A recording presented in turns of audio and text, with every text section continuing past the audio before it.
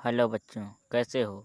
आप सभी का हमारे इस प्यारे से वीडियो में बहुत बहुत स्वागत है। तो इस वीडियो में हम विद्युत धारा तथा कुछ और महत्वपूर्ण कॉन्सेप्ट के बारे में अध्ययन करेंगे। तो बिना देरी किए हुए चलिए शुरू करते हैं।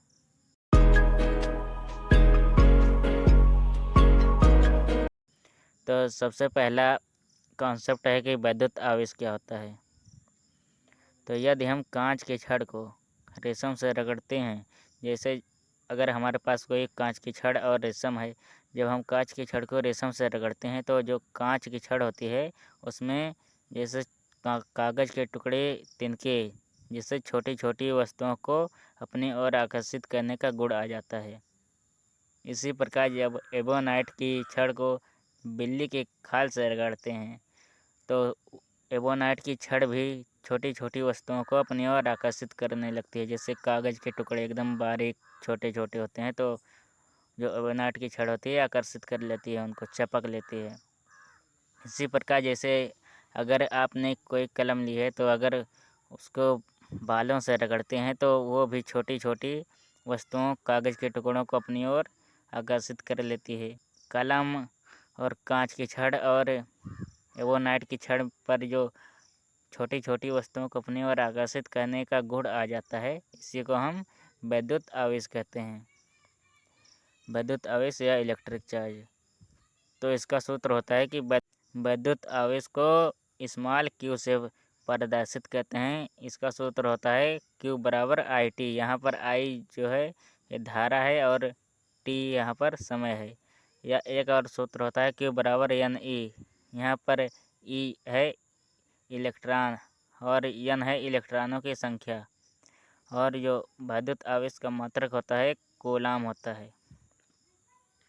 तो चलिए अब हम जान लेते हैं कि आवेश कितने प्रकार के होते हैं। तो आवेश दो प्रकार के होते हैं, धन आवेश और ऋण आवेश। धन आवेश को पॉजिटिव चार्ज कहते हैं और ऋण आवेश को नेगेटिव चार्ज कहते हैं। तो यहाँ पर एक नोट पॉइंट हमने आपके लिए लिखा है कि धन आवेश कांच को रेशम से रगड़ने पर कांच में उत्पन्न होता है। जैसे अगर कांच को जब हम रेशम से रगड़ते हैं तो जो कांच में उत्पन्न आवेश होता है उसे धन आवेश कहते हैं। तथा जब हम बिल्ली की खाल को एबोनाइट से रगड़ते हैं तो जो एबोनाइट की छड़ होती है उसमें जो उत्पन्न आवेश होता है वो उसे ऋण आवेश कहते हैं। अब हम जान लेते हैं कि चालकता के आधार पर पदार्थों को कितने भागों में बांटा गया है। तो चालकता के आधार पर पदार्थ 3 प्रकार के होते हैं।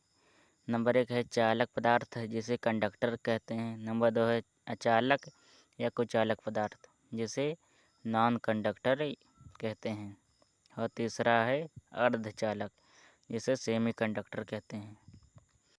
तो चलिए जान लेते हैं कि चालक पदार्थ क्या होते हैं। तो ये पदार्थ जिनमें आवेश का प्रवाह पदार्थ के एक सिरे से दूसरे सिरे तक सुगमतापूर्वक या आसानी से हो जाता है, चालक पदार्थ कहलाते हैं।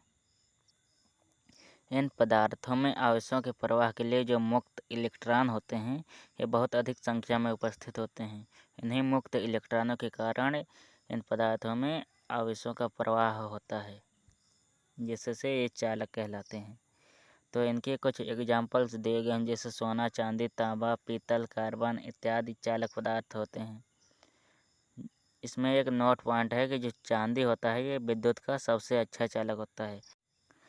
तो आपसे कम्पिटिटिव एग्ज़ाम में पूछा जा सकता है कि जो विद्युत का सबसे अच्छा चालक होता है उसका नाम लिखिए। तो वहाँ पर आपको याद रखना होगा कि चांदी जो होता है विद्युत का सबसे अच्छा चालक होता है। तो अब हम जान लेते हैं कि अचालक क्या होते हैं। तो इसे नॉन कंडक्टर भी कहते हैं। वे पदार्थ जिनमें आवेश का प्रवाह पदार्थ के एक सिरे से दूसरे सिरे तक नहीं होता, अर्थात इनमें जो आवेशों के प्रवाह के लिए जो मुक्त इलेक्ट्रॉन होते हैं वे उपस्थित नहीं होते हैं।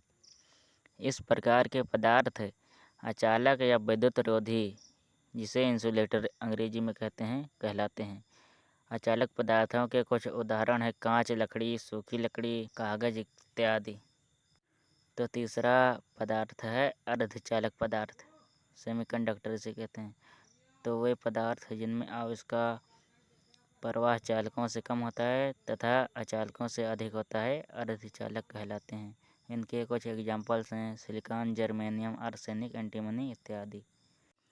तो मैं आशा करता हूँ कि आप सबको यह वीडियो पसंद आया होगा। यदि सच में यह वीडियो आप सबको पसंद आया है तो कमेंट बॉक्स में हमें लिखकर ज़रूर बताएं, और ऐसी ही अन्य वीडियोज़ पाने के लिए हमारे चैनल GR क्लासेस गंगाराम को सब्सक्राइब कर लें, तथा जिस किसी भी टॉपिक पर आप सभी को वीडियो चाहती हो उसे कमेंट बॉक्स में हमें लिखकर ज़रूर बताएं। आपसे ऐसे अगले ही वीडियो में मुलाकात होगी, तब तक के लिए धन्यवाद।